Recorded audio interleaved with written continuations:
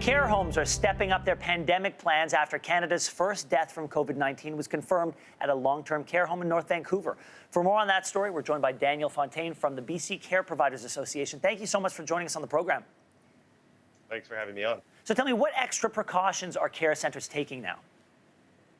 So right now, we're very much in a similar mode to what we would be doing with a flu outbreak. So we're making sure that all the homes are provided with extra cleaning, all the surfaces are washed down, more enhanced than in a normal situation with the flu outbreak. We're putting in a number of different protocols to make sure that people who are coming in and out of the care homes we're asking them whether or not they're in any way symptomatic, and if they are, we're asking them to leave.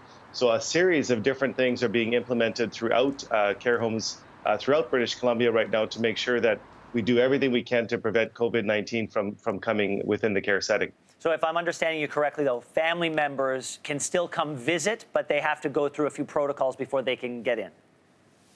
They can come visit, Ben, but what we're really encouraging people for the next few weeks anyhow, is if you don't need to visit your grandmother or grandfather at a care home, we're asking you to perhaps hold off on that visit for the next little while. But if you do come at the moment, you're still allowed to come in, but you will be asked some questions, and you'll be, in many cases, asked to just strictly go to visit your loved one, not visit any of the common areas to help prevent the potential inadvertent spread of COVID-19. Talk to me about some of the challenges that are facing care centres when it comes to a viral infection.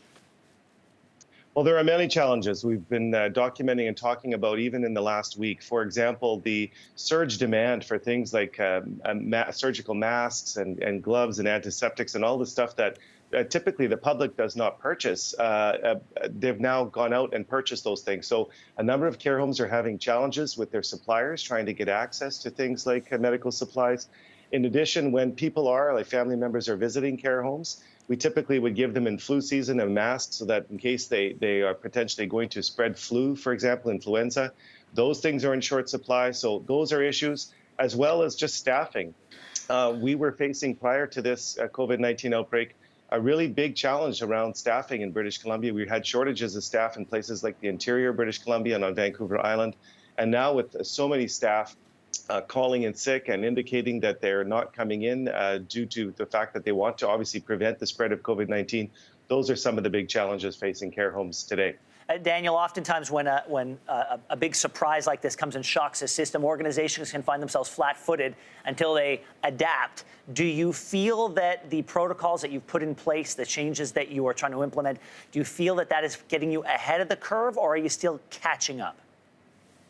Well, the good thing is, Ben, that because we're so familiar with things like influenza outbreak, the very similar protocols here with COVID-19. The only difference is with COVID-19 is that the mortality rate is much higher. So clearly we're on much more alert. But our staff at the care home sites are all professionals. They've been trained. They understand the whole issue of infection control and trying to make sure that seniors are safe.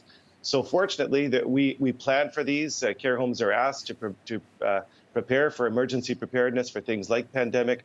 So while it is a huge challenge and a major stress for people, and it's very sad to hear of the death of one of the residents yesterday at Lynn Valley, I can assure you that the care staff are very much doing everything they can to prevent another outbreak in another care home in BC.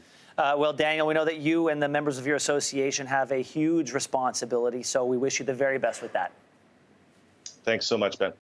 Thanks for watching. If you like this, be sure to subscribe here. And you can check out more Your Morning videos right here.